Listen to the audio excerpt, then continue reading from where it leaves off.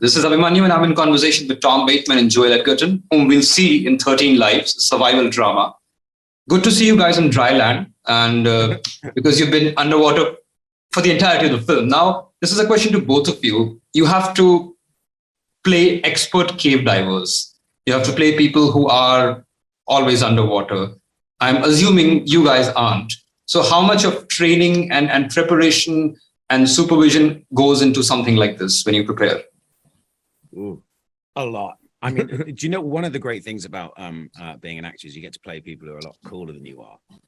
And this is one of those. Everyone that we were playing was just amazed. They could just do this amazing thing. But they trained us pretty hard. We had about 2 weeks before we started shooting, 2.5 weeks, where we were really lucky. We got one-on-one training with an expert diver teaching us everything. And they were pretty good. It was pretty intense. And they sort of built us up in stages from just being in a pool. Then they started turning the lights out. Then they started challenging us, making us go through some small spaces. And we actually shot in a nice way where we'd start in smaller tunnels and then we'd build up. So we'd been filming for at least a couple months, I think, by the time we got into those really big, long ones. Yeah. And then, doing all of that stuff while then transporting stunt people who are playing the boys through really difficult, challenging sort of obstacles underwater. It's weird, as Tom was saying, that we get to kind of play people that are cooler than us. We have to fast track learning and try and, at least pretend or fake that we've been doing these things for years when really we're doing it in a very concentrated period of time. So we are taking the credit for the support of an incredible crew of people that really held our hands through some really challenging stuff. And on that, there was this amazing, if you see the movie, that when we've got a stunt double, the boys that we're escorting out, we had these 2 stunt people, and there was a woman called Rumi who did most of it. And she was incredible because we would do one dive and it would be really hard for us, but she had to have her hands tied behind her back. She wasn't allowed to open her eyes and she couldn't move while an actor is getting her out of a water cave. That's terrifying. Yeah. So that's scary.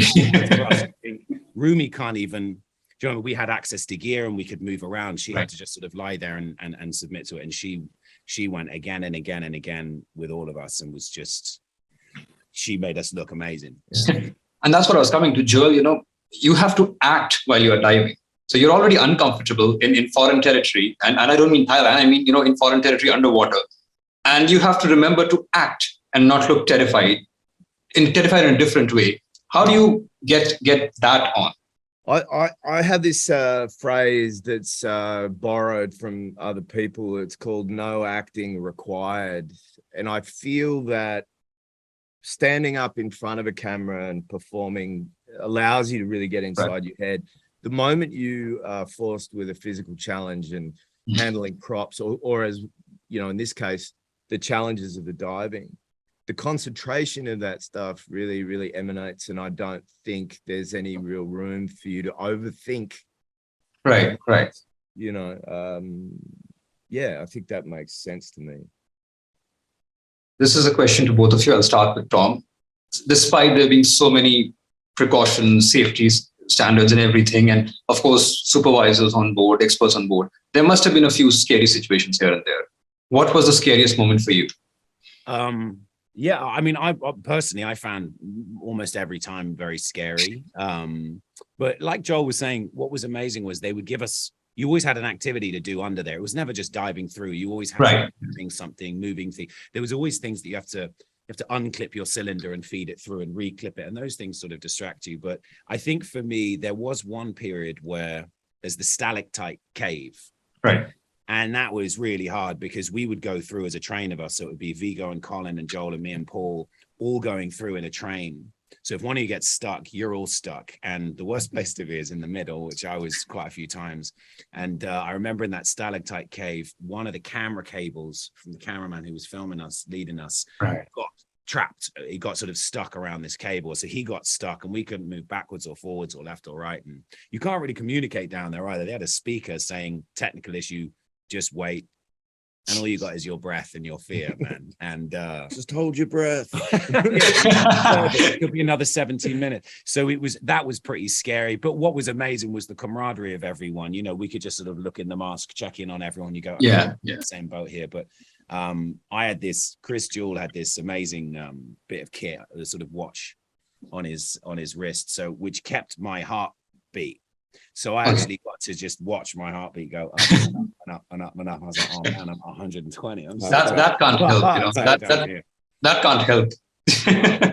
I had a moment where I had a stunt person that I was escorting through the cave through a really challenging little point, and then I had a camera plate strapped to my chest so that the camera was looking at my face, and then they turned the lights out and they were like, all right, now let's shoot the scene. And immediately in my head, I started to feel the anxiety rising, and I felt like I was in a very dangerous situation. Personally, I think I was totally safe and I was being supported, but I couldn't stop the train of thought. And so I had to, you know, take a break. And I remember it really was, I was thankful for that moment because it made me realize and remind myself how important it is to stay focused. And it gave me a new respect for all the men and women involved in the rescue. To wrap it up, the final question. Were you both, I mean, we all are aware of the basics of the incident itself, the 2018 incident. But when you really got to know about it, were you surprised at how it happened and the steps those men took to ensure the boys were safe? I thought I knew everything from that initial news period in 2018. You know, obviously, I think the investment we all had in the fact that it was children added an extra level of empathy and hope from around the world. It wasn't until I got involved with the movie that I understood the specifics of the rescue. And I think for people watching the movie, if they don't know some of those details, it is unbelievable. And I said to Rick Stanton last night, who came up with the crazy idea, I just was like, how did you come up with this as a plan? I won't say any more, but it's no, I didn't know everything, and I marvel at it more and more each day. And I think that looking back, it's easy almost to think, oh well, of course, you know, they rescued them, but the privilege of being involved in telling the story in this way was to really hear the moment Rick came up with the idea, the moment he tried to convince Dr. Harries to do it, the moment we all came on board trying to get the governor and everyone, all of the Navy SEALs on board with this idea, and they had to keep it secret from the parents. It gives you, my mouth just kept sort of dropping open going, wait, what? This actually happened? This is mad. Thank you for that. Thank you for your time. I wish we had more because it's been very exciting, very interesting. And looking forward to the movie and looking forward to interacting with you guys for some other things soon. Thank you. Thank you very much. Thank you. Have a good day.